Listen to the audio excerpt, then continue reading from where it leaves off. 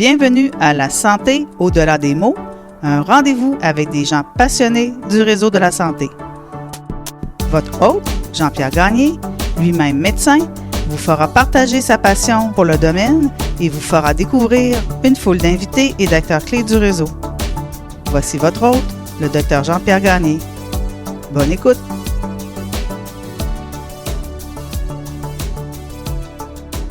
Cette semaine, mon invité, M. Marc Hamilton, président de Environex. Marc est entrepreneur, scientifique et il est également amateur de voitures. Bref, le rêve pour une entrevue.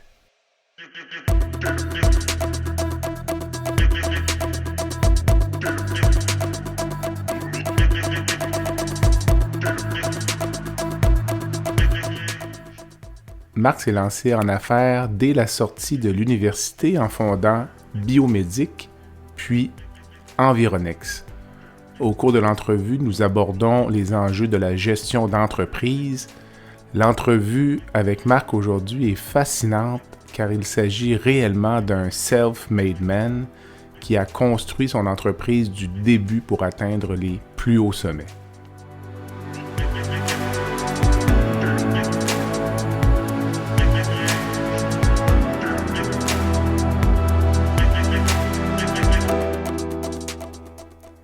Je recommande fortement cet entretien à tous ceux qui rêvent de se lancer en affaires.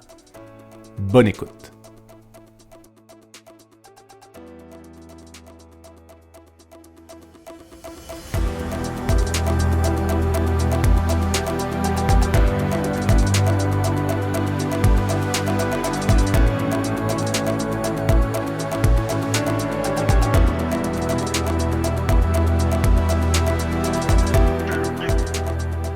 Marc, bon matin. Bon matin.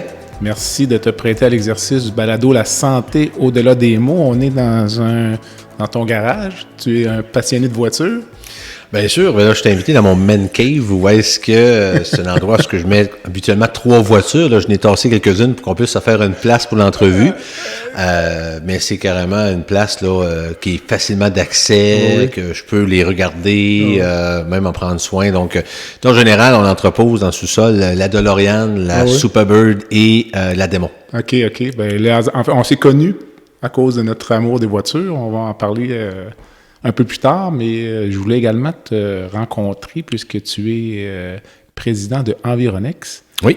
Donc, et tu es microbiologiste. Donc, pourquoi la microbiologie? Ben, c'est une longue histoire. Faut penser, moi, je suis un natif de cette île et à l'époque, quand j'étais en secondaire 5, puis j'ai fait mes sciences pures, je savais pas trop où m'en aller. Puis, mon but était à l'initial d'être médecin, mais malheureusement, j'avais pas les notes pour avoir la cote Z à l'époque assez forte pour me rendre là. Et je voulais avoir quelque chose de connexe, mais quelque chose que personne connaissait. Puis la microbiologie, les microbes, les virus, les moisissures, ça me tentait. Okay. Mais je savais pas dans quoi je m'embarquais. Puis quand j'ai commencé mes études en 92 à l'Université Laval, je me suis lancé là-dedans. Okay. Puis j'ai aimé ça. Je trouvais ça difficile au début parce que jamais dans le parcours collégial, j'avais entendu parler de moisissures, de virus, de microscopes. Puis bon, c'est de l'inconnu pour moi. Puis j'ai aimé ça. Puis j'en ai fait une profession, puis j'ai eu beaucoup de plaisir. Mais qu'est-ce qui est arrivé quand j'ai fini mes études? J'ai toujours voulu travailler dans le médical, microbiologiste médical, travailler dans les laboratoires médicaux. Puis, le problème, c'est qu'il n'y avait pas de place. Parce que nous, dans les années 90, quand on finissait des études, les baby boomers, c'était tout là. Fait que les gens disaient, il n'y a pas de job pour vous autres, puis il fallait que tu fasses une job en attendant que la personne qui était là avant toi prenne sa retraite, pas avant 10 ans. Mm-hmm. Et ça m'a emmené à découvrir mon côté entrepreneurial. Parce que je savais pas que j'étais avant tout un entrepreneur et un scientifique. Et considérant que je voulais pas perdre mes acquis d'études, c'est là que j'ai décidé de dire, pourquoi je me lancerais pas en affaires? OK. Je connaissais rien des affaires. Pour moi, là, c'était comme comment on bâtit un plan d'affaires, qui on embauche, les locaux. Et là, j'ai parti ma première business qui s'appelait à l'époque Laboratoire Biomédic. Au tout début de ta carrière? En 98. OK, ça fait Donc, 6 ans que tu as commencé tes études. Ça fait exact. 3 ans que tu as gradué. Exactement. Donc, j'ai travaillé un peu dans ce domaine-là, mais je voyais que j'avais pas vraiment d'ouverture dans quoi je voulais me spécialiser. Et je dis, je vais faire mon propre lab. Et c'est là que l'aventure entrepreneuriale a débuté avec ses hauts et ses bas, qui m'a emmené aujourd'hui, comme tu l'as mentionné, à Environex, parce que dans ma vie d'entrepreneur, j'ai créé 2 entreprises. Biomédic, qui a existé de 98 à, je dirais, décembre 2013, là où est-ce que j'ai vendu à un de mes principaux concurrents d'époque, qui était Dynacare, un laboratoire que probablement tout le monde connaît aujourd'hui. Ils ont des centres de prélèvement un peu partout. Moi, j'avais à l'époque comme concurrent le laboratoire médical Biron, j'avais Dynacare, le CDL, qui sont encore là d'ailleurs. Et en parallèle, en 2005, j'ai mis au monde Environex. La business qu'aujourd'hui est une entreprise qui est multinationale et bon, on a plus de 700 employés aujourd'hui et qui a commencé, curieusement, par de la microbiologie. OK. Mais pas de la microbiologie médicale comme dans Biomédic, où est-ce qu'on faisait essentiellement comme un laboratoire médical d'hôpital, les analyses de sang, d'urine, de sécrétion, etc. On a commencé par une analyse des eaux potables. Okay. Des eaux potables des municipalités, donc la bactériologie pour voir si les eaux étaient contaminées ou pas, si l'eau était potable. Et tranquillement, pas vite, en 1, 2, 10, 20, 50 municipalités, j'ai grossi. Donc, j'ai commencé à faire plus de paramètres chimiques, commencé à m'intéresser aux firmes d'engineering, faire des acquisitions et aujourd'hui, qui est une entreprise qui fait pas que de la microbiologie, mais qui fait aussi beaucoup de chimie agricole, chimie pharmaceutique, chimie alimentaire et aussi la microbiologie de tous ces domaines-là. Donc, aujourd'hui, ma mission d'entrepreneur en microbiologie, je te dirais que j'ai touché à peu près tout ce qui se faisait bactériologiquement parlant. Donc, la bactériologie médicale, virologie médicale, la microbiologie des eaux potables, des eaux usées, la microbiologie alimentaire, la microbiologie pharmaceutique et la microbiologie agricole. Donc, autrement dit, dans les spécialités développées en ma carrière, j'ai touché à peu près tout ce qui était micro-organisme auquel un être humain pourrait être en contact. Mais dis-moi, tu parlais d'analyser l'eau potable, là. Est-ce à dire qu'avant, il y a 30 ans, l'eau qu'on buvait n'était pas analysée ou c'était d'autres firmes qui le faisaient? Ou... Avant ça, il faut penser que le ministère de l'Environnement du Québec existe, ça fait pas si longtemps que ça. Hein. On sait que les normes environnementales ont commencé à être écrites en 1984. Okay. Donc, avant ça, il y avait des normes environnementales, mais il n'y avait pas de ministère ou de normes qui fixaient des guidelines, si tu veux, pour la potabilité de l'eau. Mais l'eau, elle a toujours été analysée, mais c'était beaucoup plus le gouvernement qui l'analysait. Et même en région, c'était des dispensaires qui l'analysaient, là, les CLSC, et même certains hôpitaux dans les années 70 qui analysaient l'eau potable des municipalités où lesquelles ils étaient. Okay. Mais c'était pas réglementé comme aujourd'hui. OK. Avec la réglementation, parce qu'il y a eu... Pourquoi que le gouvernement s'en est mêlé? Parce que bien souvent, il y a des gens qui ont tombé malades d'avoir bu une eau qui était soi-disant potable, mais qu'elle ne l'était pas. Donc, il y a eu des empoisonnements où est-ce que les gens buvaient une eau qui était contaminée par E. coli. Donc, il y a eu des problématiques. Fait que là, les réglementations sont arrivées, qui fait que toutes les municipalités où est-ce qu'ils sont desservis par la municipalité à l'eau potable, mais la municipalité se doit d'analyser régulièrement cette eau-là pour s'assurer que l'eau qui est donnée à ses concitoyens, ses citoyens, soit exempte de bactéries fécales, entre autres, et de certains paramètres chimiques aussi, d'éviter qu'il y ait des minéraux toxiques, exemple le mercure, le cyanure ou d'autres types de minéraux dans les eaux. Donc, c'est très, très, très réglementé aujourd'hui, et c'est ce qui fait que les laboratoires privés, entre autres, comme nous, a pris la balle au bond et qu'aujourd'hui, nous, on analyse l'eau potable de plus de 700 municipalités au Québec. Sur une base quotidienne. Sur une base quotidienne, effectivement. Plus la municipalité est grande, plus elle doit prendre d'échantillons, parce qu'elle a plus de réseaux à desservir. Mais d'ordre général, on parle en moyenne, je dirais, une analyse d'eau par 10 000 habitants. OK. Quand j'actionne la chasse de toilette à la maison, chez moi, là, l'eau, c'est quoi le parcours de l'eau à partir de ma maison? Ben, c'est une bonne question parce que les gens disent les eaux usées, les égouts, ça s'en va où? Tu sais, toujours les gens disent ouais, mais ça s'en va-tu directement dans le fleuve? Est-ce qu'on voit encore des marées de merde sur le fleuve? Je me baignerai pas. C'est des légendes urbaines maintenant, penser que tout ce qu'on flush ramasse dans le fleuve puis que les poissons en meurent, tout ça. C'est très réglementé encore une fois. Donc, aujourd'hui, les municipalités, entre autres comme Québec, ont des centrales de traitement des eaux usées. Qui, tous les eaux usées, avant d'être envoyées, exemple, dans le fleuve, ont été déchargés de la charge organique, de sorte que tous les excréments, ce qu'on peut jeter dans les égouts, le papier, tout ça, a été enlevé par des espèces de filtreurs ou j'appelle ça des moustiquaires qui vont enlever les matières grossières. Et il y a plusieurs phases que l'eau de sédimentation, faire sédimenter l'eau pour diminuer la charge organique. Le but, c'est que moins il y a de charge organique dans l'eau, moins il y a de bactéries. Parce que les bactéries, eux, sont là pour biodégrader la matière fécale, mais en même temps, ces bactéries-là, on ne veut pas les avoir dans les eaux parce que c'est du E. coli bien souvent, on ne veut pas contaminer les eaux. Fait que là, il y a plusieurs bassins qui vont diminuer la charge organique des eaux usées, diminuer la charge bactérienne, et c'est tout analysé. Tout ce que je vous dis là, il y a un paquet d'analyses que nous, on fait pour les municipalités pour s'assurer que les charges en ont moins de bactéries, et après, ça s'en va dans un cours d'eau. Entre autres, le fleuve est souvent la zone de rejet, mais ce qui est envoyé au fleuve est, je dirais pas inoffensif, entre guillemets, mais une charge qui fait que dans la dilution du fleuve, il n'y a aucun impact environnemental. Est-ce que cette eau-là pourrait, à la limite, être retraitée et retournée pour la consommation humaine, ou ce serait trop coûteux?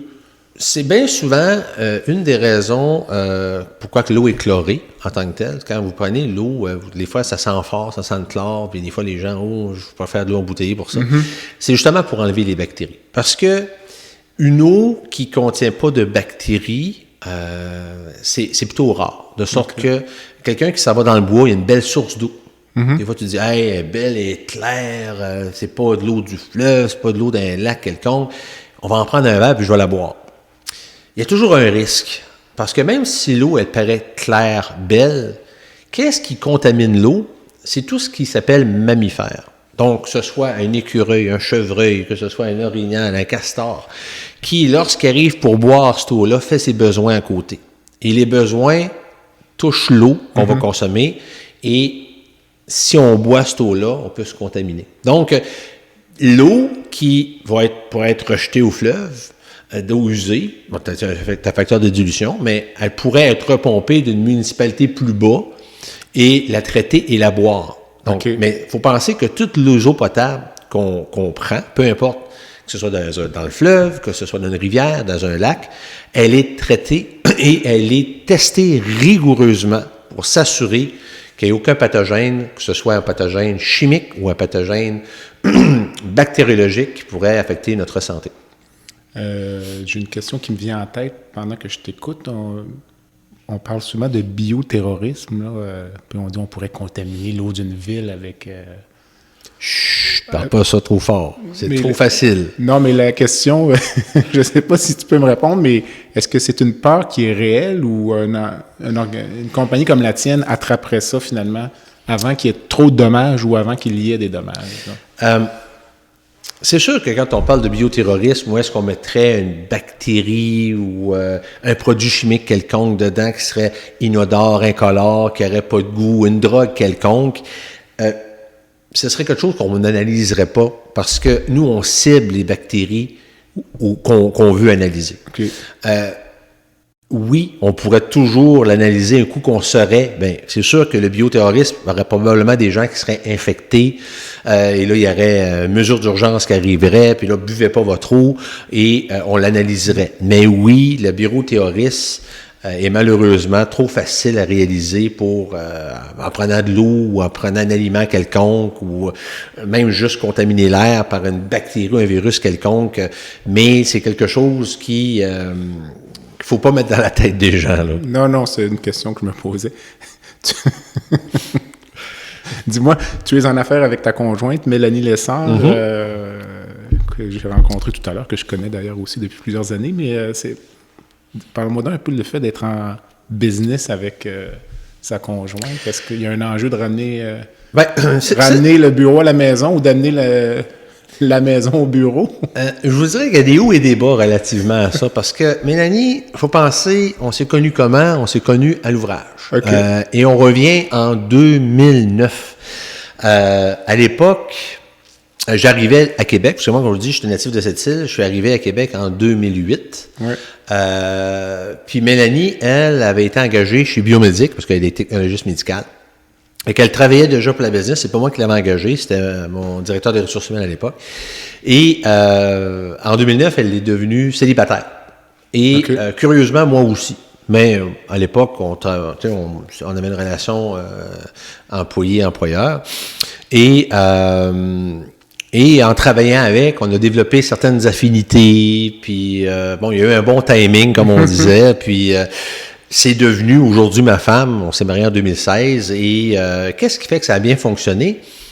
On a vraiment une relation de respect dans les tâches qu'on a à faire. Exemple, c'est en tout cas, plutôt rare que je vais l'obstiner sur une de ses décisions, parce que qu'est-ce qu'elle fait dans la business pour moi? C'est bien souvent une faiblesse. Dans le sens que, étant entrepreneur, scientifique de nature, certaines maisons vont dire visionnaire aussi, j'ai des lacunes au niveau administratif, au niveau opérationnel, au niveau ressources humaines. Puis elle, c'est sa force. OK. De sorte que moi, ça me laissait du temps beaucoup pour développer la business, emmener des nouveautés, développer des nouveaux tests, aller chercher la nouvelle clientèle. Et elle était l'intégratrice de toutes les idées que j'avais.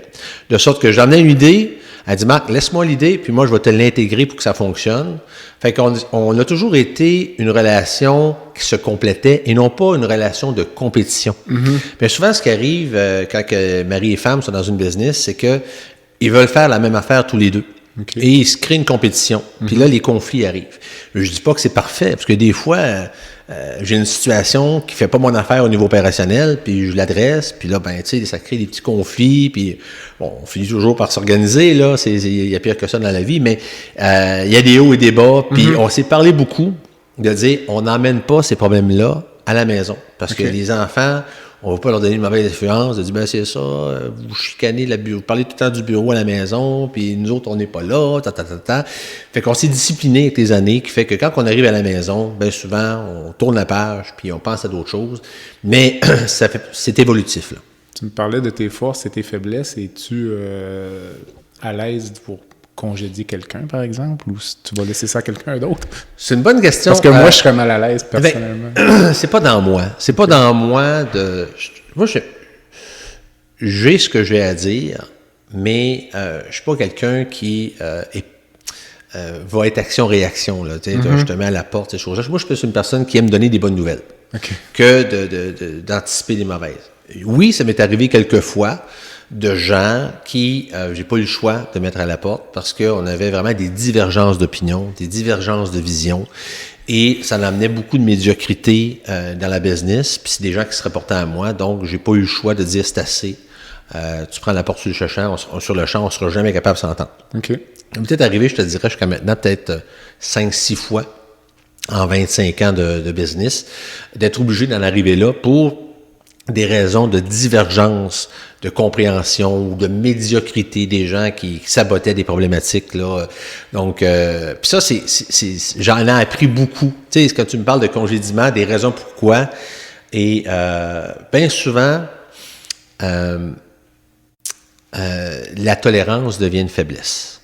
De tolérer une situation en pensant qu'elle va se régler par elle-même ou par manque de leadership, de vouloir régler une problématique et de l'endurer, ça amène une grosse faiblesse. Fait que, ce qui amène que si tu tolères des situations de médiocrité, mais la médiocrité, bien souvent, va t'amener à contaminer une autre personne qui va devenir médiocre aussi. Et si vous vous rendez compte de ça, il faut arrêter l'hémorragie avant qu'elle prenne le dessus. Et c'est ça qu'il faut être capable de diagnostiquer les signes avant-coureurs, de régler la situation, d'avoir un courage managérial puissant pour éviter que l'entreprise perde de sa vision et de sa mission. OK. Quand même. J'aimerais que tu me parles du rôle de Environex dans la gestion de la pandémie de la COVID-19. Oui. Vous faites des choses que le commun des mortels ignore.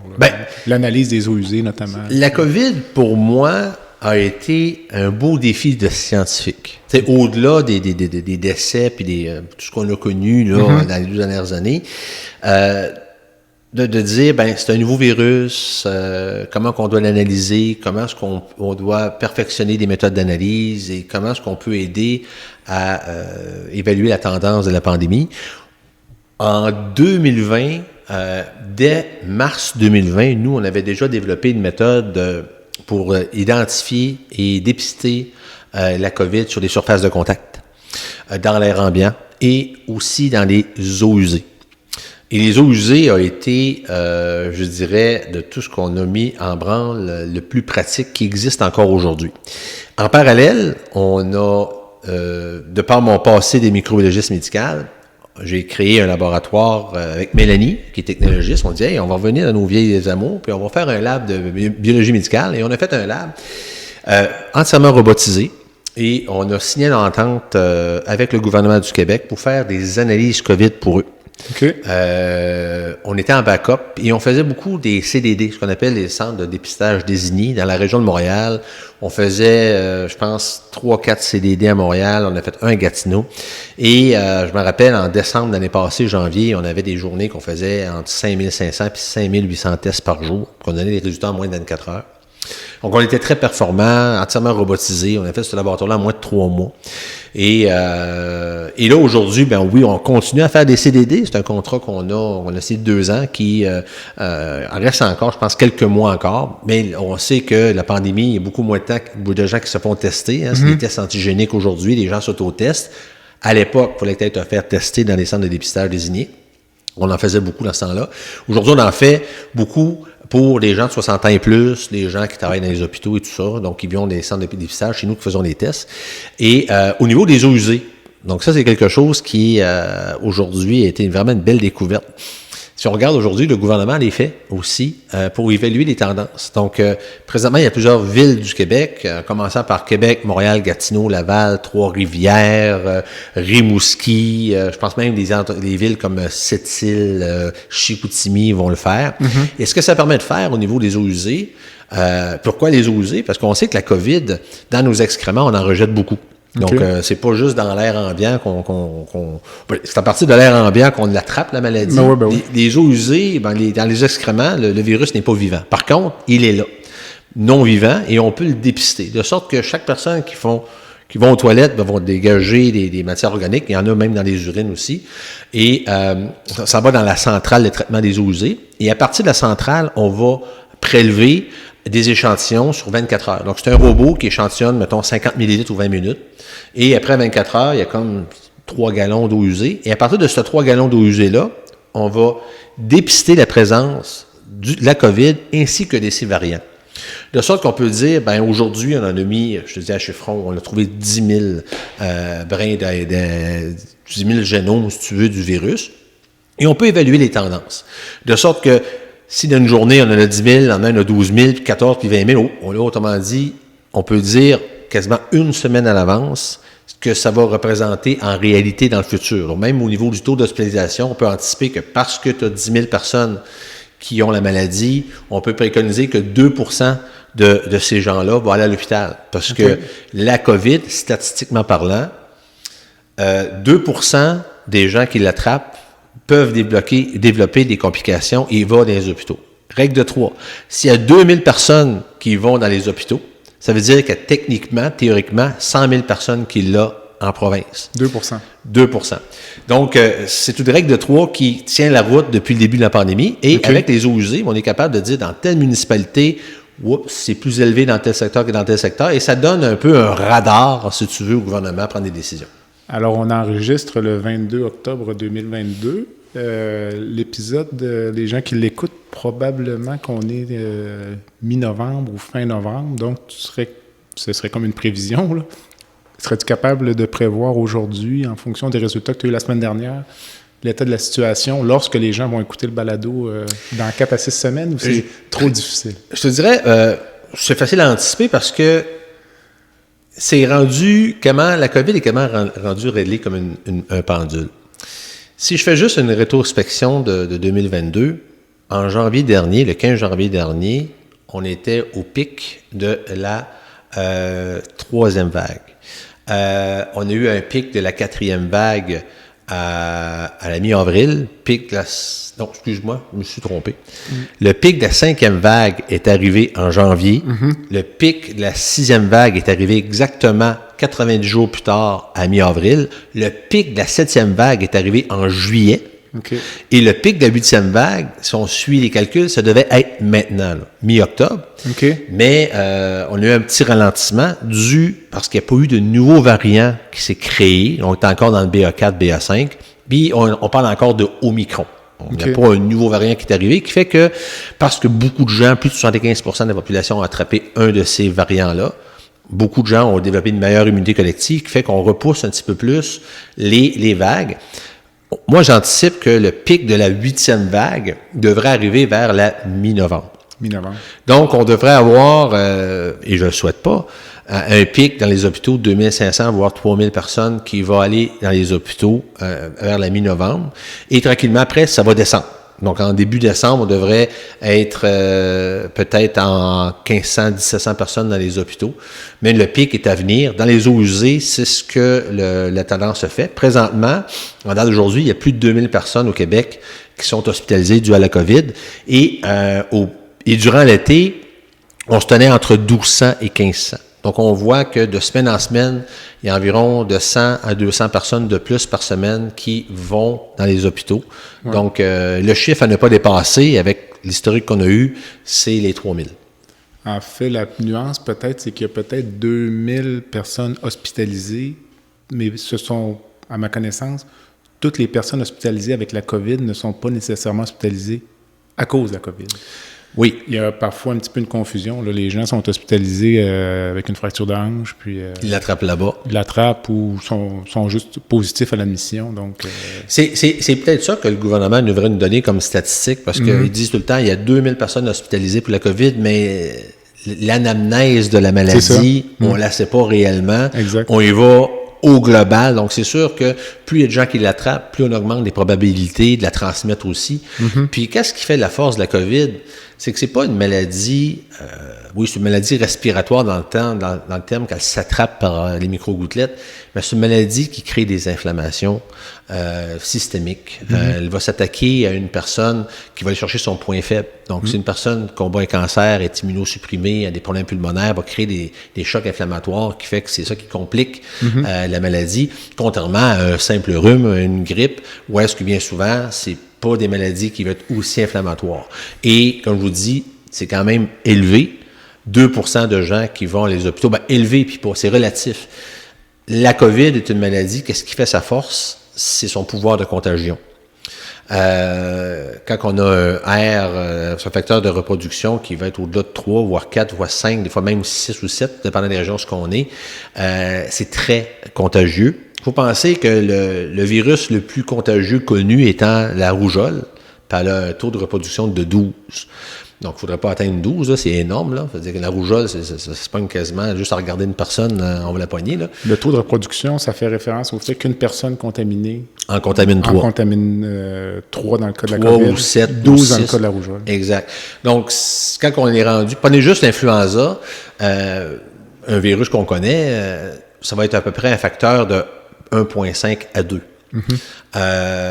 COVID, quand on est arrivé au Omicron, ça allait jusqu'à 5,5, 6. Quand même. Donc, c'est pour ça qu'une personne infectée peut en infecter entre 5 et 7, tout dépendant de ce qu'on est. Puis c'est le facteur du nombre qui fait que le 2% paraît énorme. Tu sais, 2% de sang, c'est les deux. Tu sais, ça a l'air inoffensif, mais tu sais, si tu as 100 000 personnes qui l'attrapent en même temps, ou dans la même période, c'est là que le 2% paraît énorme. C'est la loi du nombre qui fait toute la différence de la force de ce virus-là. Tout à fait. Si tu n'étais pas à la tête d'Environex aujourd'hui, tu te verrais où? De l'avoir été, et là, je suis retraité, ou d'avoir jamais été entrepreneur? Juste faire d'autres choses. Tu sais. Honnêtement, j'aime ce que je fais présentement. Alors, j'ai 49 ans, j'ai encore quelques bonnes années à donner, là, c'est le cœur m'en dit, comme on dit. C'est sûr qu'en vieillissant, les objectifs changent. Tu te dis, qu'est-ce que j'aimerais faire? Profiter un petit peu plus de temps. Mais tu me demandais qu'est-ce que j'aimerais faire? J'aimerais ça faire beaucoup du mentorat, du coaching, de faire partie de CA, de grandes entreprises, pour emmener des idées, faire réfléchir les gens différemment, leur donner un background de positif et de négatif. Souvent, je suis déjà mentorat pour des scientifiques qui veulent se partir en affaires parce que ils connaissent à peu près ce que j'ai connu. Tu sais, j'ai une idée en tête, mais je ne sais pas comment la développer, je ne sais pas comment m'entourer, comment faire que mon idée, je vais être capable d'en vivre. Et il y a plusieurs étapes à prendre en considération. Et c'est la théorie des petits pas. Hein? Autrement dit, c'est pas parce que tu as inventé quelque chose de génial que généralement, demain matin, tout le monde va le prendre puis tu vas en devenir riche. C'est la théorie des petits pas. Et ce que j'essaie de faire comprendre aux gens, ce que tu viens d'inventer, que ce soit une nouvelle méthode d'analyse ou une nouvelle recette ou un produit quelconque, ton invention, malheureusement, correspond qu'à 30% de où est-ce que tu vas être pour la commercialiser. 70%, c'est dans la préparation, la commercialisation, les gens avec qui tu vas t'entourer, les moyens que tu vas avoir pour t'y rendre, pour pouvoir dire « Wow, j'ai réussi ». Et 5%, seulement 5% des entreprises from scratch qui ont débuté sont encore en vie 5 ans plus tard. Je ne veux pas décourager personne, mais moi, mon rôle, si tu me demandais demain matin, Marc, ce serait quoi? Ben moi, ce serait de dire mon parcours entrepreneurial, toutes les étapes que j'ai faites, les contacts, les nuits blanches que j'ai passées à réfléchir comment m'en sortir. Mais c'est un peu ça que j'aimerais expliquer, former les jeunes, les encourager à ne pas abandonner et d'y croire. Parce que bien souvent, aujourd'hui, ce qu'on voit souvent, c'est que les gens se découragent. Puis, c'est trop difficile, j'abandonne. Mais il ne faut pas abandonner.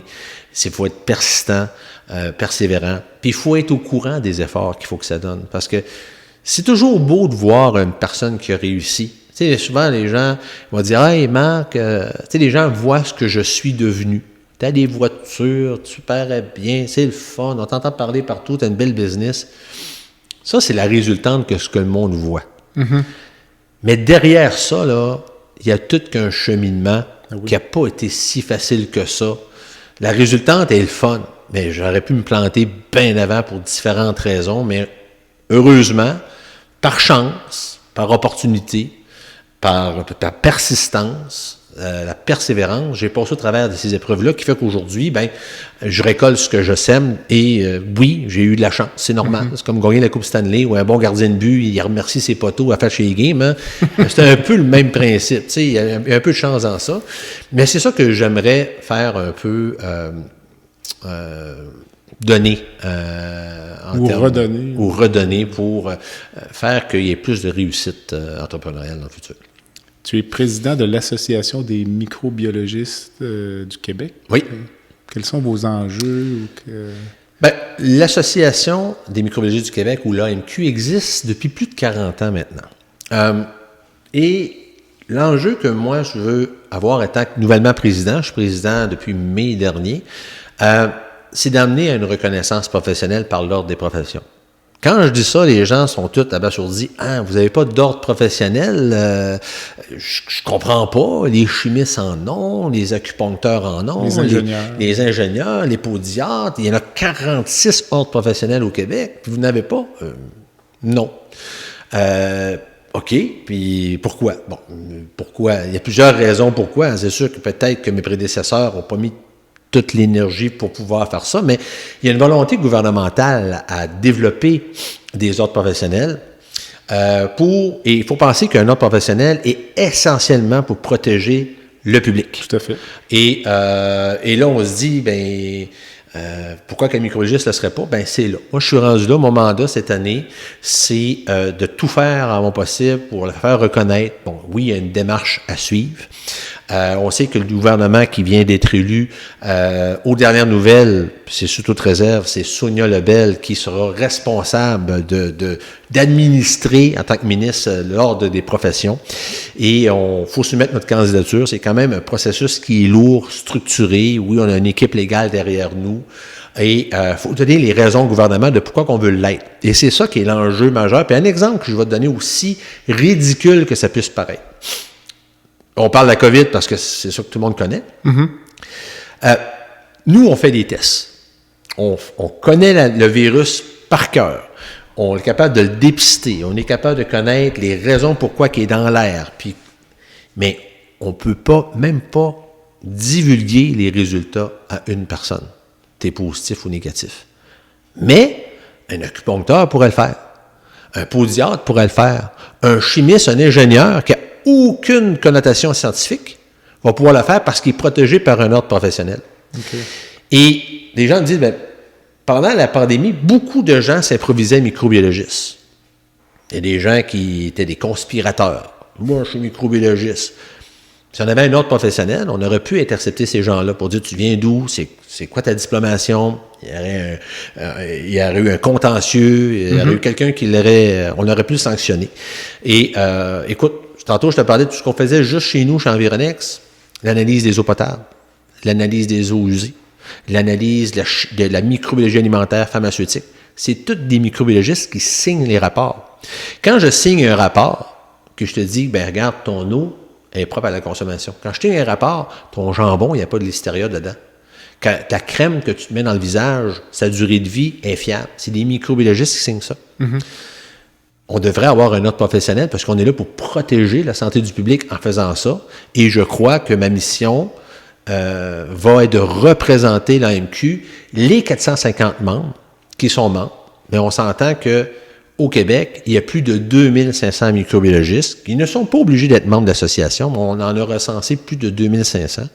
Et mon but, c'est justement de convaincre le gouvernement. Et il y a une ouverture cette année. Okay. On sait qu'il y a beaucoup de pression pour, entre autres, juste les paramédics, les ambulanciers qui veulent leur ordre professionnel. Le gouvernement Dubé a dit, le ministre Dubé, a dit, cette année, on va faire un effort pour justement faire reconnaître les professions qui ont une connotation médicale. Parce qu'on part au travers d'une pandémie. Et je veux mettre la microbiologie au même titre que les autres métiers, professions, qui est là pour protéger la santé du public au côté médical, mais la microbiologie, ça doit être reconnu au même titre. Marc, on prend une courte pause et on revient dans quelques minutes. Merci. Le podcast « La santé au-delà des mots » est une présentation du groupe conseil Beauchamp, Beaulieu, Dessureau, Toupin de la financière Banque nationale Gestion de patrimoine. Comme nous croyons que la santé financière fait partie de la santé globale, nous sommes heureux de nous joindre au Dr Jean-Pierre Gagné pour vous souhaiter une bonne saison de la santé au-delà des mots. Tu veux lancer ton propre podcast, mais tu ne sais pas comment t'y prendre? Pas de problème. Mouton Marketing peut t'accompagner de la conception au lancement. Envoie ton idée de podcast à bonjour@gomouton.com, bonjour@gomouton.com. L'univers du podcast t'attend.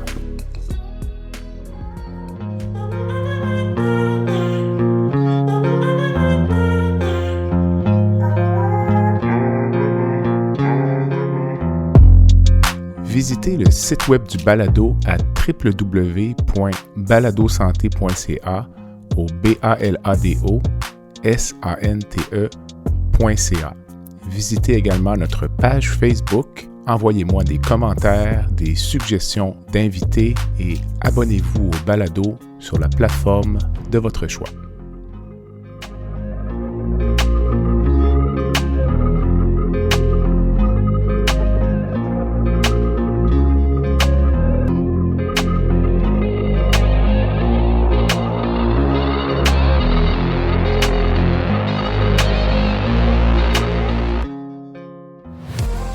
Marc, as-tu une devise, un mantra, là, quelque chose que tu dis au travail ou autre, puis pour lequel tu es reconnu? Écoute, il y en a plusieurs, mais celle que j'ai depuis que je suis en affaires, parce que j'ai commencé tout petit en affaires, c'est aujourd'hui, c'est pas les plus gros qui mangent les plus petits, c'est les plus vite qui dépassent les plus lents. Et ça a toujours été ma devise de dire, ben garde, toi t'as un gros paquebot qui bouge tranquillement, ben moi j'ai le speedboat à côté qui va te dépasser, puis qui va faire en sorte que je vais réussir. Fait que ça, autrement dit, c'est souvent ça. Et un autre, ben moi, je suis quelqu'un qui déteste reporter à demain ce que je peux faire aujourd'hui.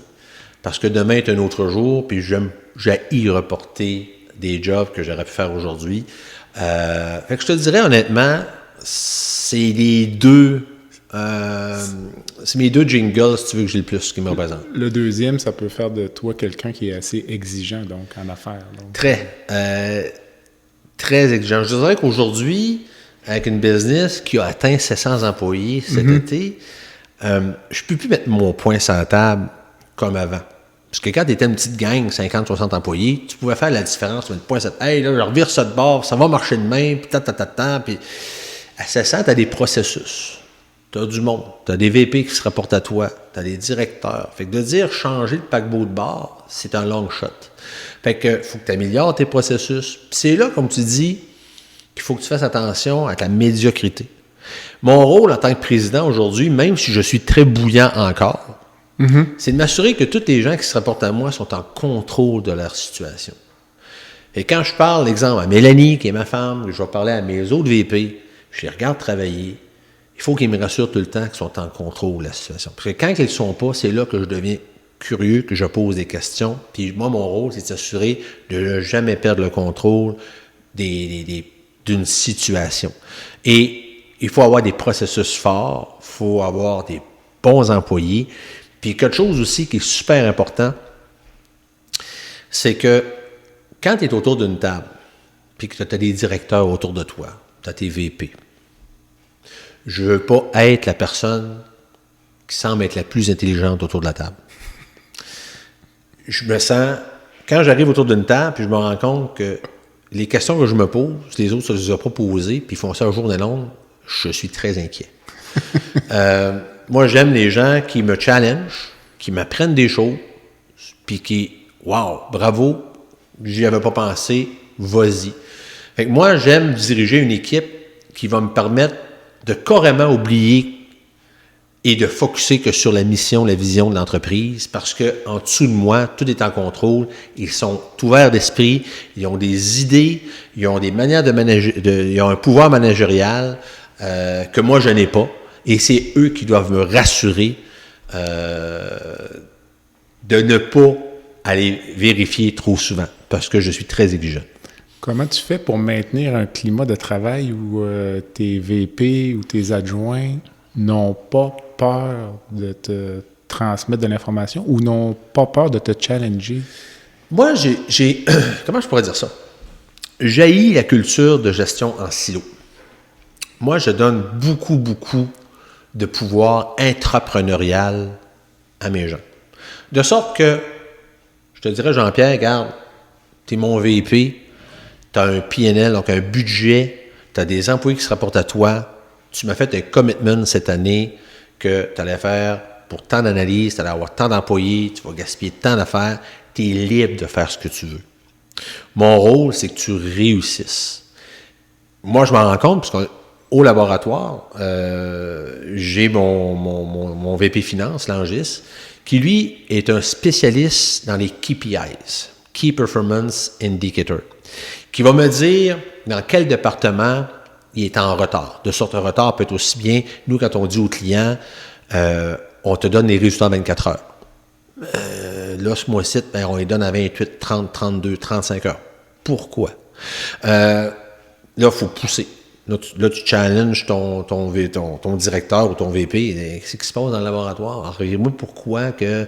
Là, il dit, ben là, il y a quelqu'un qui était malade, la COVID est rentrée dans le laboratoire. OK, bon. Mais tu sais, tu as quelque chose qui prouve les raisons pourquoi tu es moins performant. Ou tu as busté ton budget au niveau des frais de personnel. Pourquoi ce mois-ci, ça te coûte 50 000 $ de plus?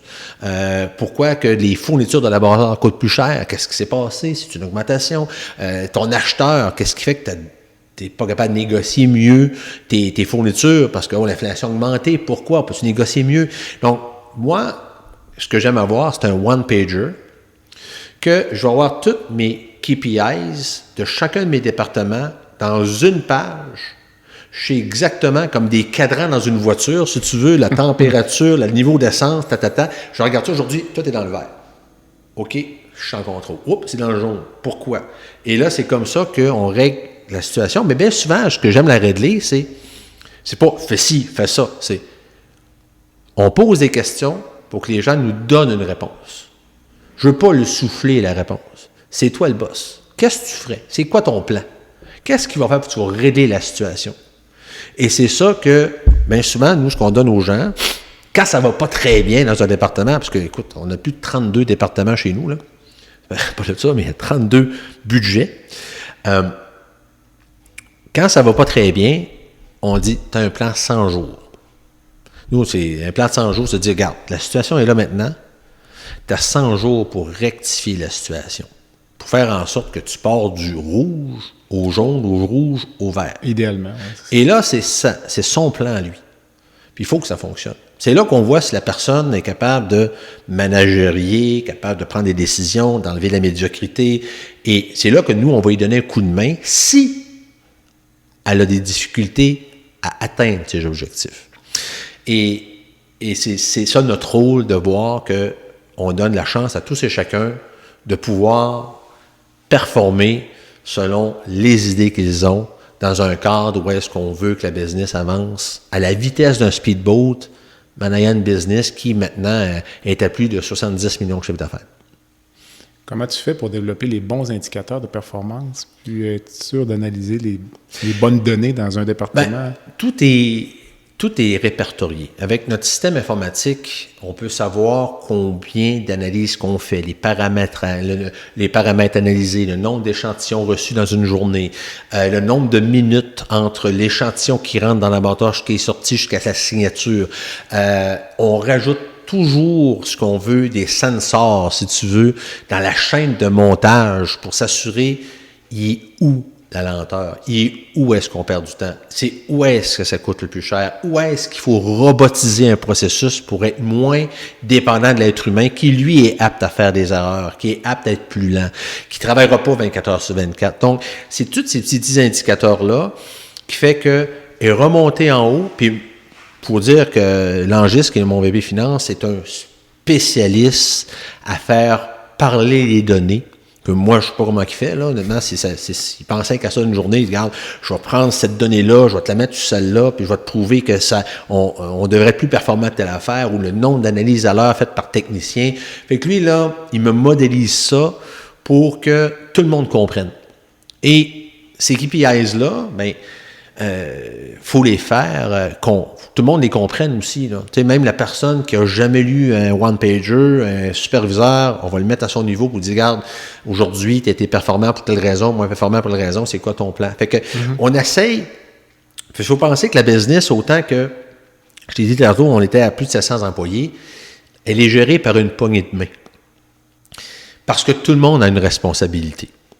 Tout le monde, faut qu'elle fonctionne, parce que ce qu'on aime bien, c'est quand on fait des meetings avec tout le groupe, c'est on est très transparent avec les gens. On n'a aucune cachette. On va dire tel département est performant pour telle raison. Tel département est moins performant. La business, elle a fait combien de profits cette année? Fait que tout le monde est on board. Tout le monde sait si la baraque va bien, si elle est performante. Donc, les gens se sentent concerned. Fait que c'est sûr que les gens aiment moins ça parce qu'ils disent « Ouais, mon bulletin est pas bon ce mois-ci, puis le monde le savent. » Bien, c'est ça. Tu sais, te dire, nous, ce qu'on veut éviter, là, c'est un comportement comme je vais t'expliquer. Une équipe de hockey, prends juste les Canadiens.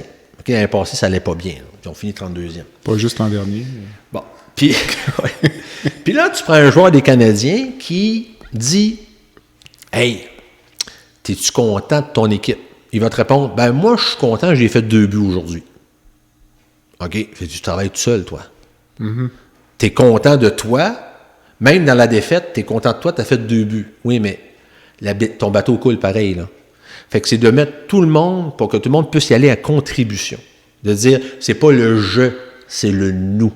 Je suis beau être le meilleur joueur de l'équipe, mais si il y a que toi qui score des buts, personne n'en score, tu sais, tu vas sortir du lot, mais tu ne donnes pas de contribution globale.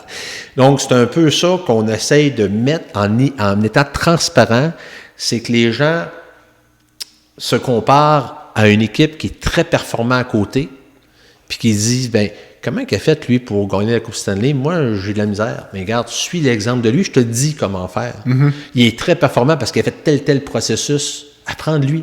Fait qu'on n'impose pas. Ben, façon de parler, on ne tolérera pas une situation qui va nulle part. Mm-hmm. Mais par contre, c'est à la personne de se relever et d'arriver avec des idées qui va faire qu'il va partir d'un fond du baril puis qui va monter en haut. Il faut penser aussi, des gens, des fois, Marc, tu ne te décourages pas, des fois, telle division, là, elle ne va pas bien. Pourquoi tu ne fermes pas ça? Les gens disent ça de même. Ce serait pas plus simple de dire, ferme ce business-là, pas payant. Je dis un peu. Il dit, moi, là, ça fait 25 ans que je suis en business. S'il aurait fallu que je ferme ma business à chaque fois qu'elle n'aille pas bien, j'aurais fermé bien avant ça. Mm-hmm. J'ai jamais fermé mes business. Si je dis, on a frappé un fond du baril, quand tu es dans le fond du baril, qu'est-ce qu'il faut que tu te dises? Tu peux pas faire pire. Tu peux rien faire mieux. Fait que oui, des fois, ça peut prendre 1 an, 2 ans, 3 ans, mais à chaque année, tu t'améliores. Puis à un moment donné, tu vas monter dans le milieu de la vague, tu vas trouver des idées, tu vas développer des nouvelles analyses, tu vas robotiser, tu vas donner un nouveau service, tu vas améliorer ton rapport client, puis ça va devenir probablement une des divisions les plus rentables dans 3 ou 4 ans. Mm-hmm. Et c'est ça, des fois, qui est difficile dans une business, qui est grosse, c'est que les gens vivent... Puis ça, c'est quelque chose qu'il faut que je m'améliore. Ben, je m'améliore, c'est comme ça. Les gens vivent au trimestre. Au trimestre veut dire, c'est quoi ton budget, ta performance au trimestre? De dire, si tu dis, ben moi, je veux faire tant de pourcentage de profit, hey, là, ton trimestre, t'as mal commencé l'année, là, t'es en retard par rapport au reste de l'année. Fait que t'es toujours en rattrapage. Oui. Fait que t'es pas dans la stratégie long terme, t'es dans le rattrapage court terme. Puis c'est ça, des fois, c'est ça qui est dur. Fait qu'on dit, regarde, peut-être que ce trimestre-là, il sera pas bon. Peut-être que l'autre trimestre sera pas bon. Mais fais-moi confiance. Je vais rattraper l'année parce que ce que j'ai mis en processus, c'est pas action-réaction. Là. C'est pas une recette de gâteau des anges qui lève à tous les coups puis tu ne manques pas ton coup. Des fois, il faut que tu prennes du temps, puis tu vas arriver pas y arriver, mais il faut que tu y crois. Mais c'est de dire, regarde, laisse-moi du temps, on va y arriver. C'est tout ça qui fait qu'aujourd'hui, comme je te disais tantôt, quand la business est petite, tu mets le poing sur la table, tu revires ça de bord, tu mélanges les cartes, puis ça continue. Aujourd'hui, c'est des processus, c'est du coaching, c'est du contrôle de performance qui fait que ta business tient la route. Je t'entends parler de ta vision entrepreneuriale, puis ça m'amène à te demander la vision que tu portes sur le système de santé. Il y a plusieurs choses que tu me dis que je pourrais mettre en relation avec le système de santé. Tu me parlais d'un paquebot tout à l'heure, qui est difficile à tourner. Moi, je trouve que... Puis des résultats court terme par rapport à long terme. On en parlait un peu tout à l'heure avant l'entrevue aussi, là, des objectifs parfois du système de santé qui sont à très court terme. Mais écoute, tu as entièrement raison. Puis tu m'as amené un bon argument qui disait qu'au système de santé, on veut des résultats immédiats. On veut qu'il n'y ait pas d'attente dans les urgences, on veut qu'il n'y ait pas de report de chirurgie, on voudrait tout le temps que ce soit parfait. Puis on mise souvent sur du court terme. Parce que bien souvent, le pouvoir politique, dans 4 ans, tu ne pourras jamais faire une restructuration qui fait que ton système de santé va s'améliorer. Ça peut prendre plusieurs années, mais les gens vivent au jour le jour. Regarde, aujourd'hui, ça va bien, demain, ça va être mieux. Mais dans 6 mois, qu'en est-il? Dans 2 ans? Ben, dans 2 ans, peut-être que je ne serai plus le premier ministre, je ne serai plus le ministre, puis bon, mes idées, c'est quelqu'un d'autre qui va les développer. Puis l'autre qui arrive, chamboule tout ce que l'autre a fait auparavant. Tout à fait. Bon. Je pense que tu connais bien ce que je dis, je n'ai pas à t'apprendre ça. Mais moi, ce que je ferais, le système de santé, c'est d'avoir une vision à moyen terme, pas de très court terme, puis de conscientiser les gens à se prendre en main. Un exemple que je vais te donner, tout le monde est capote sur la crise climatique présentement. Tout le monde consommez moins, prenez moins de courant, changez votre voiture, vos habitudes de vie, voyagez moins, commencez à vous pouvoir recycler davantage. Même parallèlement à ça, buvez moins, l'alcool peut créer des cancers. Tu sais, beaucoup de publicité, de conscientisation pour que les gens changent leur habitude de vie. Mais pourquoi est-ce que le système de santé n'en fera pas autant pour éviter les formes de cancer, éviter le stress, éviter des maladies qui auraient pu, comme le cardiovasculaire, des maladies qui fait qu'en changeant l'habitude de vie d'une personne, on aurait pu éviter que la personne se fasse opérer pour le cœur, qu'il devienne de plus en plus diabétique.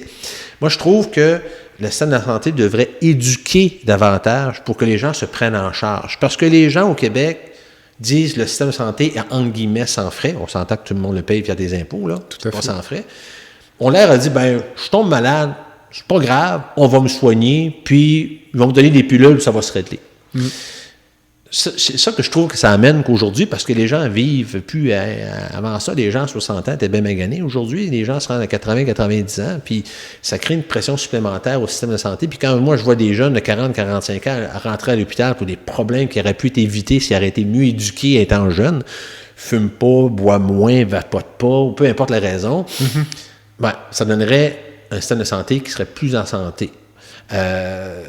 Et de responsabiliser les gens davantage sur leur santé. Les gens vont mettre des fortunes colossales sur des babioles qui valent rien, mais ils ne mettront rien sur eux pour faire en sorte qu'ils vont vivre 1 an, 2 ans, 10 ans de plus, ou qu'ils vont éviter de rentrer dans les hôpitaux. Moi, je trouve que c'est la faiblesse qu'on a d'éduquer les gens sur le plus bel héritage que tu as de ta vie, c'est ta santé. C'est pas d'avoir un système de santé qui est ouvert à tout le monde puis entre guillemets gratuit. En fait, ça m'amène à penser que le gouvernement se soucie plus de l'état du système de santé que de la santé des exact. gens. La différence est peut-être subtile, mais comme on disait, l'investissement, le changement des habitudes de vie, c'est un investissement à long terme. Il y a peu de rendement politique. Et tu le dis, c'est du long terme. Est-ce qu'un politicien va dire, dans 10 ans, mon système va être rendu là? Il rêve, mais il va le mettre sur trimestre, il va le mettre par budget. C'est ça. Puis, dans mon budget, mais si mon budget est de tant de milliards, dans 1 an, je vais améliorer quelque chose qui est le plus criant. Hein? C'est toujours l'affaire qui est le plus criant qu'on règle. Mais le plus criant est très court terme. C'est jamais, on va avoir moins de cancer dans le futur, on va mettre plus d'argent dans la recherche, on va faire en sorte qu'il y ait moins de personnes qui vont avoir des problèmes mentaux, qui vont avoir moins de problèmes associés à la consommation. Les gens vont y aller court terme. Puis ce que je trouve ridicule, c'est le gouvernement, à vouloir tout contrôler, rentre dans un certain vice. Puis là, ça, c'est mon opinion personnelle. Le gouvernement contrôle la SQDC. Le gouvernement contrôle la SAQ. Le gouvernement contrôle tout ce qui s'appelle la cigarette, puis il contrôle la santé en même temps. Mais c'est drôle parce qu'il dit, je contrôle la SQDC, mais il dit, fumez pas trop, c'est pas bon pour la santé. Je contrôle la cigarette, mais fumez pas trop. Puis même des gens qui contrôlent le jeu, des casinos, c'est le gouvernement qui contrôle. Mais c'est comique parce qu'ils se disent, faites attention, si vous allez au jeu, vous allez créer une dépendance. Cette dépendance-là, c'est nous qu'il va falloir qu'on vous soigne par la suite. Fait que, tu sais, c'est un antagonisme. Tu sais, comme un exemple, oubliez pas, depuis que la SQDC existe, il a fallu qu'ils créent des organismes qui prennent en charge des gens qui ont créé une dépendance au cannabis. Fait que tu permets le vice à quelqu'un. En même temps, il faut que tu développes un ministère ou un hôpital spécialisé pour les dommages collatéraux que tu crées de le tolérer. Fait que c'est travailler sur les deux plans, puis ça amène à rien, à mon avis. Là. L'argument pourrait être, par contre, qu'avec ou sans casino, il y aurait du jeu. Sauf que c'est peut-être un peu mieux contrôlé. Ouais, mais il va toujours en avoir le vice, mais le problème, c'est la tolérance à outrance qui fait que ça en est des fois ridicule. Est-ce qu'il y a un facteur monétaire de le contrôler, de dire c'est pas le dark side qui va chercher les revenus, c'est nous. En contrepartie, ça nous en coûte peut-être autant gérer les dommages collatéraux parce que tu le tolères. Remarque qu'on pourrait en faire un débat là-dessus, mais c'est une opinion qu'il faut se poser des questions. Tout à fait. Je t'écoutais parler des indicateurs de performance chez Environex. Tu serais peut-être surpris d'apprendre que dans le système de santé, à peu près la seule donnée tangible que l'on a pour prioriser des patients en attente d'une chirurgie, c'est le délai d'attente en jours. Donc, lorsque l'on vient pour comparer une cohorte de 200 patients qui ont besoin d'un accès, la seule donnée essentielle qu'on a, c'est le délai d'attente. Et il n'y a pas d'autres KPIs en échange? Il n'y a pas vraiment d'autres données. Savoir, mettons, je te donne un exemple, le patient qui est en attente pour une prothèse de genou depuis 400 jours. par rapport au patient qui est en attente pour une cure d'hernie inguinale depuis 375 jours. Puis là, j'ai une place opératoire à lui offrir lundi. On n'est pas, capable de dire, on n'a pas d'indicateur qui nous dirait, regarde, le patient avec la prothèse de genou prend tant de narcotiques par jour, a été obligé d'abandonner son travail, a commencé à utiliser une marchette. OK, lui, là, il est plus urgent parce que finalement, le gars de la hernie inguinale, lui, il est peu symptomatique, il joue encore au hockey. On l'a pas. C'est incroyable. Puis, vous, comment que ça peut être important de mettre plus d'indicateurs? Puis probablement que ces informations-là sont dans le système, mais ne sont pas remontées en haut, exploitées, qui fait que quand tu as à prendre une prise de décision ou juste connaître le pouls, tu peux pas te lever le matin et regarder, aujourd'hui, je suis à plus 10 heures, je suis à plus 20 heures. Oui, mais qu'est-ce qui fait que tu es à plus 100 heures? Tes employés, t'en as-tu plus, t'en as-tu moins? C'est quoi les maladies que les gens rentrent? C'est quoi la situation des lits? Qu'est-ce qui ne fonctionne pas pour régler la situation? Puis, il ne faut pas avoir une mentalité fast-food. Quand je dis mentalité fast-food, c'est de dire, je prends le téléphone, il y a une crise, je les règle tout de suite, paf, je raccroche après, mais je n'ai pas réglé la situation, j'ai réglé cette situation-là. Mais demain matin, elle va recommencer. Alors, prends le téléphone, tu le règles. Fait que là, c'est une situation que tu fais qui éteigne des feux. Et pour pouvoir passer au dossier suivant, ça te prend des indicateurs qui vont te permettre d'avoir des réflexions à plus long terme. Donc, si demain matin, tu avais des indicateurs, probablement que tu pourrais m'en créer des dizaines et des dizaines à ton niveau, puis là, tu te dis, à cause de cet indicateur-là, collatéralement parlant, dans la chaîne de possession, lui, il vient de prendre 100 jours. Si je réglerais lui à la base, est-ce que je descendrais à 50 jours? Peut-être. Mais c'est ça que ça, à mon avis, une gestion, surtout quand tu es rendu à 30 000 pieds dans les airs, parce que bien souvent, les ministres sont rendus à 30 000 pieds dans les airs, s'ils ont rien qu'un indicateur de dire, comme un exemple, le seul indicateur que le gouvernement a présentement pour la COVID, heureusement, ils ont un peu les eaux usées qui leur guident ce qui se passe à moyen terme, c'est le nombre d'hospitalisations. J'ai 1500 personnes. Oh, OK, je suis en contrôle. Je n'ai 2000. Ah, là, ça ne va pas très bien.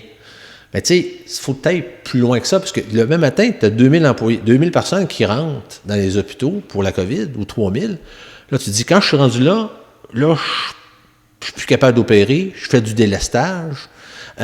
Et là, tu es encore à créer une situation d'au jour le jour, que tu ne saurais pas quand est-ce que ça va revenir. Donc, voler à vue ou voler quand on construit un avion pendant qu'il est en plein vol, ça mène à des situations où est-ce que l'excuse est facile d'arriver.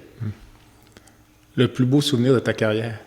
Écoute, le plus beau souvenir, j'en ai plusieurs. Je te dirais, c'est quand j'ai connu Mélanie, je pense que ça a été un boost à ma carrière.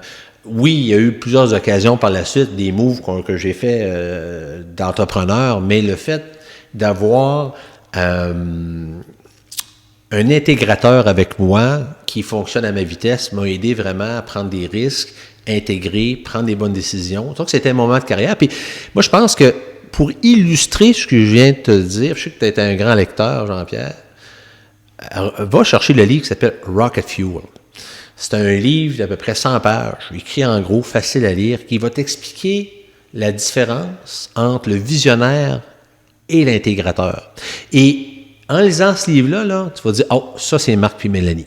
Puis tu vas comprendre que des fois, dans la vie, ça va être une personne que tu rencontres qui va faire la différence. Des fois, c'est un groupe de personnes. Bien, ça en est un moment qui a été, je crois, magique là, dans ma carrière. On retourne de 180 degrés, si ça se raconte, un moment difficile ou au niveau entrepreneurial. Au niveau entrepreneurial, ce qui a été difficile dans ma première vie, parce que avant de connaître Mélanie, j'étais avec la mère de mon enfant, j'ai un garçon de 23 ans. Mélanie a 2 filles de 18 et 15 ans. Et le côté entrepreneurial a été très difficile dans ma première vie de famille parce que j'étais avec une femme qui pensais qu'être un entrepreneur, c'était du 8 à 5.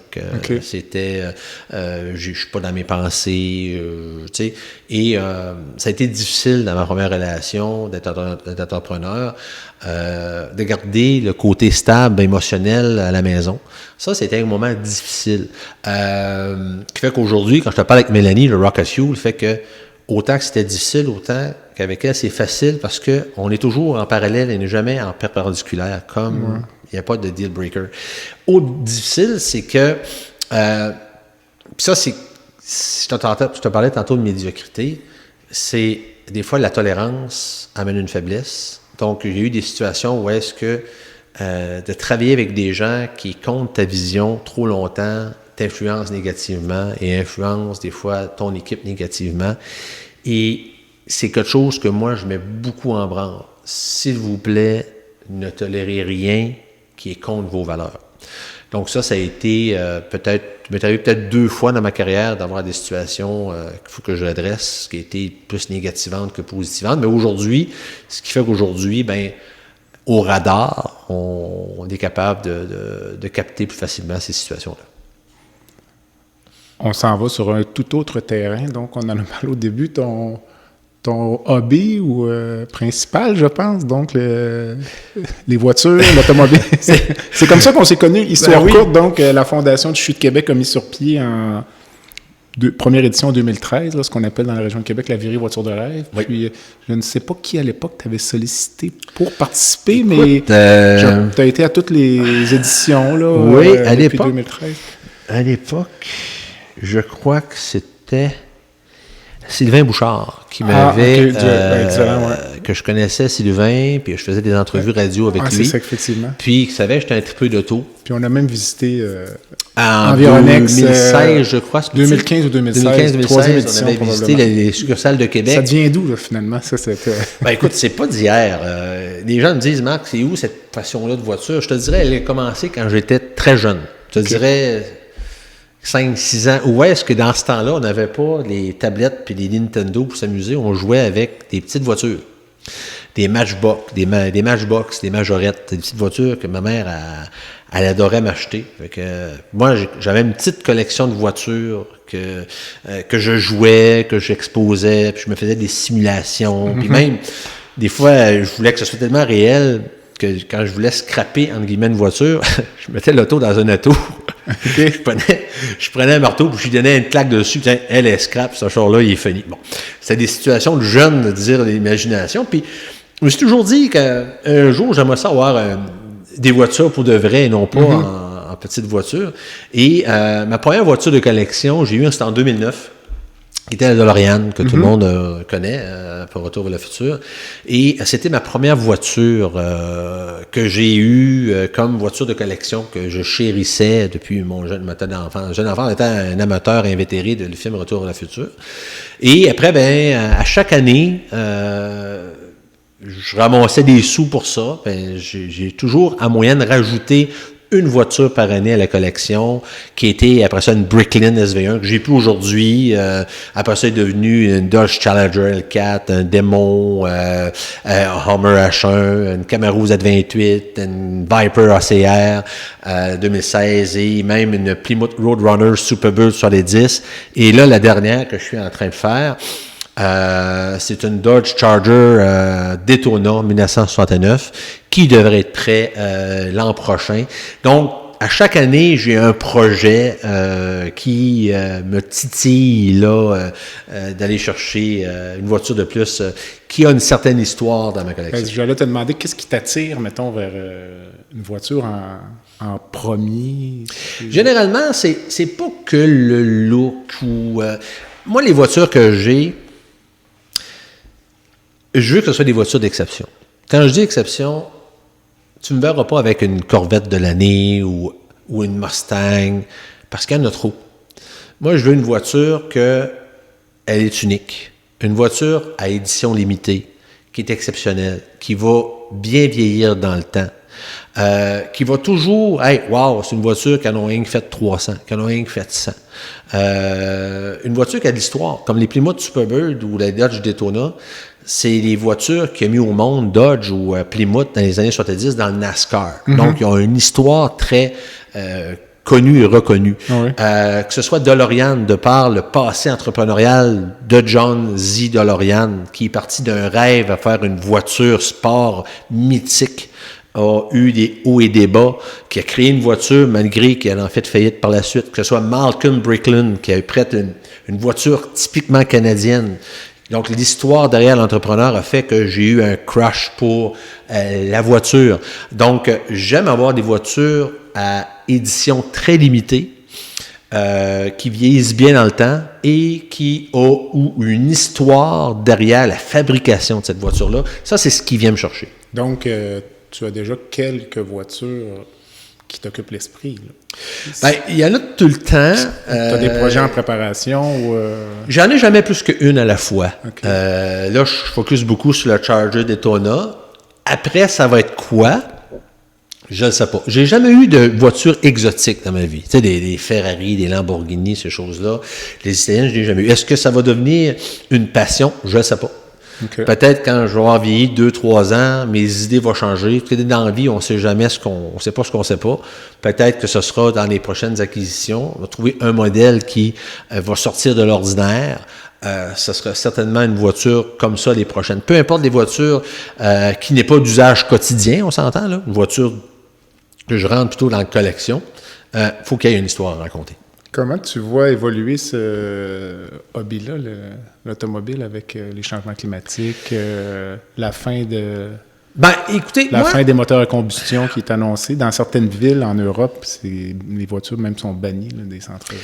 Écoutez, je ne sais pas ce que ça va donner, à savoir, est-ce que les prochaines voitures électriques vont devenir ce qu'on appelle des game changers au niveau des chars de collection? Présentement, ma compréhension d'une voiture électrique, je compare ça beaucoup à un cellulaire. C'est un gadget qui est très électronique, une voiture. C'est une batterie. C'est des moteurs électriques. Ça démode rapidement parce que, mettons que tu achètes une Tesla ou tu achètes une Bolt, tu achètes une voiture électrique, tu vas vouloir toujours avoir le modèle que la batterie va durer plus longtemps. Le modèle le plus spacieux, le modèle qui va correspondre le plus à tes besoins. Donc, ce que je pense, à la longue, ça peut devenir des voitures jetables. Des voitures que les gens ne garderont pas un souvenir. Dire, hey, qui trippe encore sur une Tesla 2016, modèle S, avec une 60 kW? Les gens vont dire, une 60 kW, je fais 200 km avec ça, c'est plate. T'sais, est-ce que la personne va dire, je la garde, parce que dans 30 ans, elle va valoir de quoi, cette Tesla-là, parce que c'était la nouvelle? Je ne le sais pas, j'en doute. Parce que les voitures électriques, présentement, n'ont pas d'histoire à raconter. De sorte que il n'y a pas de moment historique qui va mettre la voiture électrique au monde, à part dire j'ai des crédits carbone, j'ai une empreinte écologique, c'est un gadget électronique. Oui, moi je suis pour les voitures électriques ou les voitures à hydrogène, mais à savoir, est-ce que ça va devenir un objet de collection? Qui a en main le iPhone version 1 dans les poches? T'en souviens plus. On l'a plus, on les a probablement recyclés. Donc, c'est un peu ça que j'ai à court terme. En parallèle, je me suis mis en commande la nouvelle DeLorean électrique qui arrivera en 2024. J'ai déjà mis mon premier down payment dessus. Donc, j'ai hâte de voir en 2024 comment elle va sortir, mais c'est une voiture électrique. Est-ce que la DeLorean, parce que c'est un nom mythique, parce qu'elle a les portes en mouette aussi, va devenir une voiture mythique? Je ne le sais pas. Moi, je le prends juste parce que j'aime la marque, puis j'aime avoir l'évolution de la voiture. Est-ce que c'est une voiture que je vais garder toute ma vie? Je ne le sais pas. Mais il reste que l'avenir de la collection des voitures électriques, à court terme, elle est peu probable. Puis, on parlait un peu de l'empreinte carbone tout à l'heure, là, ta vision de ça, là, gérer les crédits carbone. Ça, c'est un sujet qui est tabou, mais qui devrait changer la manière de le voir. Je vais t'expliquer un peu mon cas de figure, comment que je verrais ça. Présentement, les gouvernements canadiens, québécois pénalisent beaucoup les gens qui roulent en grosses voitures. Déjà, quand on achète un litre d'essence, je ne sais pas comment de pourcentage qui est occasionné à des taxes de transport, taxes TPS, TVQ, taxes de carbone, c'est incroyable. Tu achètes une voiture grosse cylindrée, tu as une taxe parce que c'est une grosse cylindrée. Une voiture au-delà de 100 000 $, tu as une taxe de ci, une taxe de ça, taxe de luxe. Tu es taxé pour tout faire en sorte que tu n'achètes le moins possible des voitures, pour que tu consommes le moins. Donc, les gens, la mentalité du gouvernement, c'est on pénalise ceux qui consomment le plus. Donc, je te tape sur la tête si tu achètes une grosse voiture qui consomme. Moi, je pense qu'il faut voir ça autrement. Moi, je pense que au-delà de penser, de pénaliser ceux qui consomment le plus, on devrait récompenser ceux qui font des efforts de consommer le moins. Puis le concept est un peu, c'est dur peut-être à expliquer comme ça verbalement, mais si demain matin, on avait un ministère des GES, un ministère de tout ce qui est changement climatique, puis qui disait, écoutez, on va prendre la famille Hamilton, puis on va regarder comment que la famille Hamilton consomme de kilogrammes de CO2 par année. Donc, ce qu'on ferait, ce serait, bon, OK, combien d'électricité il consomme, combien de voyages dans le sud qu'il fait, combien de voitures, combien de litres d'essence qu'il met, quelle est son empreinte écologique. Puis on ferait un calcul qui dirait, au jour 1, mon baseline est de tant de milliers de tonnes de CO2 par année. Bon. Au lieu de le punir, de dire, ben, regarde, on ne veut pas que tu t'achètes d'autres chars, on va te récompenser si tu changes ta manière d'utiliser tes voitures ou de par toi-même de dire, ben, je vais peut-être vendre une voiture qui consomme, puis je vais en prendre une qui consomme moins ou en prendre une électrique, ou je vais commencer à prendre moins d'électricité, je vais commencer à convertir ma fournaise au gaz en fournaise électrique. Et d'année en année, on refait le même exercice du baseline, puis dire, ben là, je suis rendu qu'une voiture électrique. Je fais 25 000 km qu'une voiture électrique ou 25 000 km qu'une voiture essence. J'ai diminué ma facture d'hydroélectricité de tant de dollars parce que j'ai décidé de fermer mon chauffe-eau la nuit, des choses. Et après 4 ans, on regarde les efforts que tu as faits et on va dire, au baseline, je sais une idée, tu consommes 10 000 kg de CO2 par année dans la famille Hamilton. Dans 4 ans, parce que tu as fait les efforts que tu as répertoriés dans le logiciel qui était surveillé par une firme externe au gouvernement, bien, tu es parti de 10 000 puis descendu à 8 000, par exemple. Donc, tu as économisé 2 000 kg de CO2 que tu as consommé, qui a contribué à sauver la planète. Ce 2 000 kg-là, on va te récompenser. On va te donner tant du kilo qu'on va te donner, exemple, en crédit d'impôt sur ton rapport d'impôt ou en crédit remboursable, qui fait que on va récompenser les gens qui vont faire les efforts de consommer moins, plutôt que de pénaliser ceux qui, anyway, vont consommer quand même. Quelqu'un qui veut l'avoir, sa grosse voiture, puis qui a les moyens de payer l'essence, il ne pensera pas comme ça. Vous dites, le gouvernement me pénalise, mais moi, je vais prouver que j'ai les moyens de payer ma taxe, je vais rouler avec ma grosse bagnole. Mais revire ça de bord, puis conscientise cette même personne-là, puis elle va peut-être faire des choix différents, et elle va être récompensée. Puis si tu veux que le Canada soit carboneutre en 2050, c'est pas en surtaxant les gens et en les pénalisant, c'est en les récompensant, en prenant des choix judicieux de sauver l'environnement, en les éduquant différemment et en les récompensant de leurs efforts, et non pas les pénaliser s'ils font l'inverse. Te verrais-tu faire de la politique quand tu parles comme ça? Je voudrais en parler à Mélanie, je pense pas qu'elle serait d'accord, mais j'ai plein d'idées comme ça quand même. À suivre. Souhaitons que les bonnes personnes t'écoutent. Ouais, ça donne des idées. Écoute, on approche la fin. Il y a toujours une petite section baguette magique dans les balados, donc parfois ça permet de clore sur une note différente, plus ludique. Donc, si tu pouvais changer instantanément une chose dans le système de santé aujourd'hui, en octobre 2022, en quelques mots. En quelques mots, c'est une vision long terme. Puis, considérant qu'on est encore en pandémie, c'est que le système ne craque pas quand on a 3000 personnes en même temps qu'il y a la COVID. Parce que c'est incroyable ce que ça donne comme dommages collatéraux dans tout ce qui est traitement de cancer, traitement de maladies psychologiques, les suivis se font plus. Donc, on a atteint vraiment un sommet que j'ai jamais eu lors de la 5e vague, où est-ce qu'on a topé à 3000, puis à 3000, rappelle-toi, on fermait les restaurants, on fermait les commerces, on fermait les écoles, toute la Terre a arrêté de tourner le temps que ça passe. Parce que le système de santé n'était pas capable de soutenir 3000 personnes malades en même temps. Il faut dire qu'il y avait des gens de la santé qui étaient malades aussi, là. Mm-hmm. Mais moi, si je pouvais mettre une baguette magique, c'est de renforcer le système de santé pour être capable de passer au travers d'épreuves difficiles. Donc, tu résumerais par meilleure prévision à long terme? Ou... Meilleure prévision à long terme, puis de dire demain matin, on passe de 3000 à 6000, bien, il faut le préparer d'avance. Il faut engager plus de personnel, il faut les garder en place, il faut les motiver, il faut améliorer les ressources. La médecine, c'est encore beaucoup de human. Hein? On s'entend là, que c'est pas des machines qui nous soignent. On ne peut pas dire un robot va te soigner de telle affaire. Là. Non. On n'est pas rendu là. Ce serait beaucoup d'anticiper qu'est-ce qui pourrait nous arriver de pire, puis de le prévoir d'avance, puis d'en faire un plan stratégique en conséquence. Je reprends la baguette magique et je te laisse rencontrer une personne dans le monde, vivante ou décédée. Ben écoute, à vue de nez, je te dirais mon père, qui est décédé l'été passé, des suites de l'Alzheimer. Écoute, j'ai eu beaucoup de plaisir. Mon père, moi, j'étais un fils unique, puis... mes parents m'ont pas délégué un héritage monétaire ou tu sais, c'était pas des gens qui est issu de gens qui étaient entrepreneurs quoi que ce soit. Ils m'ont plus bien préparé à devenir l'homme que je suis présentement.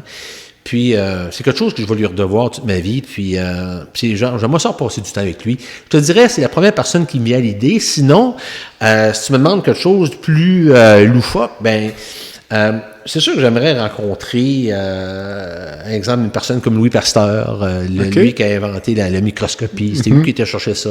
Ou même encore, je te parlais de DeLorean, d'avoir lunché avec un entrepreneur aussi coloré que lui, lorsqu'il était au sommet de sa carrière en 1970, d'avoir un one-on-one avec lui, puis de jaser véhicule à venir.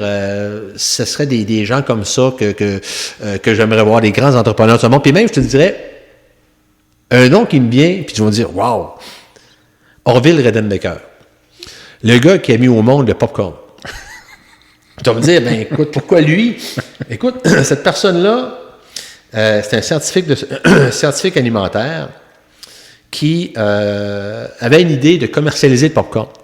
Puis, il est parti d'une idée où est-ce que cet individu-là avait pas une scène. Puis, il voulait vendre du maïs. Mais le maïs, ça valait rien à l'époque. Personne ne voulait donner de l'argent pour ça. Ah, le maïs, ça vaut rien. Comment tu vas te rendre riche avec ça? Puis, il avait fait plein d'efforts pour pouvoir convaincre quelqu'un de l'aider à commercialiser. Puis, un moment donné, il y a un gars qui a dit, un banquier, écoute, je crois tellement à ton popcorn qui est léger, qui est bon, qui est croustillant, que tu l'as travaillé pour être vraiment quelque chose de hot, qui dit le seul moyen que je t'en achèterais, c'est que si tu mets ta face puis ton nom sur la boîte de popcorn. Et le gars, il a dit, ben oui, mais c'est ma face, tout ça. Il dit, oui. Il dit, là tu m'as tellement convaincu que ton popcorn était bon, là. Il dit, je vais en acheter de toi. Puis toi, si ton nom puis ta face est dessus. Fait que là, c'est devenu le popcorn Orville Redenbacher qui est encore le popcorn le plus vendu. Puis ce que je te dis là date des années 70. Là. Ça ne fait pas si longtemps que ça qu'Orville a inventé le popcorn. C'est en 1971 ou 1974, quelque chose du genre. Il est décédé, le type, en 95. Il avait 88 ans. Puis dans les années 80, son défi était de rendre le popcorn au micro-ondes. Puis c'était comment rendre... Parce que là, lui, le popcorn avant ça, c'était tu mettais ça dans une machine avec de l'huile, puis ça faisait comme on va au cinéma. Mm-hmm. Puis là, c'était comment, avec la révolution du cinéma maison, les gens n'allaient plus... Je vais me prendre mon popcorn dans la maison, mais je ne sortirai pas ma machine. Puis là, c'était de toute ce qu'il a fait pour avoir l'emballage parfait pour faire le popcorn, que 100% des popcorns ont popé dans l'emballage, et ce qui fait que cet individu-là, même s'il est décédé à 95, c'est une business qui, même après sa mort, contrôle plus de 60% du marché du popcorn aux États-Unis. Je reviens à ton choix de John DeLorean, mais je pense que DeLorean gagnerait plus à te rencontrer que toi. Ouais, Quand je regarde les deux parcours. Les temps ont changé. On s'entend que John, je connais très bien, j'ai tout après lu toutes les biographies qu'il y a eu à son égard. C'est une personne qui a vu très haut, trop vite, mais apprenant pas la théorie des petits pas, et ça l'a rattrapé. Exact. Est-ce que tu supportes une fondation particulière? Je dirais une des fondations, une des offres qualitatives qu'on offre beaucoup, c'est le Pignon Bleu à Québec. Il y a le CHU de Québec avec les virées voitures de rêve, mais on en fait beaucoup d'autres participations. Puis une qu'on donne quand même beaucoup à chaque année, c'est le Pignon Bleu, qui est basé à Québec, qui donne entre autres à déjeuner aux enfants. Je pense je sais pas combien de milliers de déjeuners ils donnent par semaine ou par jour. Il grossit. On sait que cette année, il travaille à agrandir une cuisine pour encore donner plus de déjeuner aux jeunes défavorisés de la ville de Québec. Et ça veut faire 5-6 ans qu'on soutient cet organisme-là. Le Pignon Bleu. Je mettrai les références sur tes notes de balado. Oui. Une dernière pensée avant de nous quitter après cette entrevue fleuve extrêmement intéressante où tout a été dit. Écoute, moi je te dirais, dans la vie, faut foncer. Autrement dit, ne pas attendre que quelqu'un vous dise quoi faire. Si tu as une idée dans la tête, tu y crois, mets tous les efforts pour y arriver. Quand tu es un entrepreneur, à bien maîtriser, persévérance, persistance, travailler en équipe, puis travailler avec les meilleurs. Moi, je dirais, si vous voulez réaliser vos rêves, faites-les. Rien n'est impossible, mais rien ne se fait pas sans sacrifice. C'est un peu ça que je recommande à ceux qui croient à développer quelque chose dans leur vie. Marc, merci.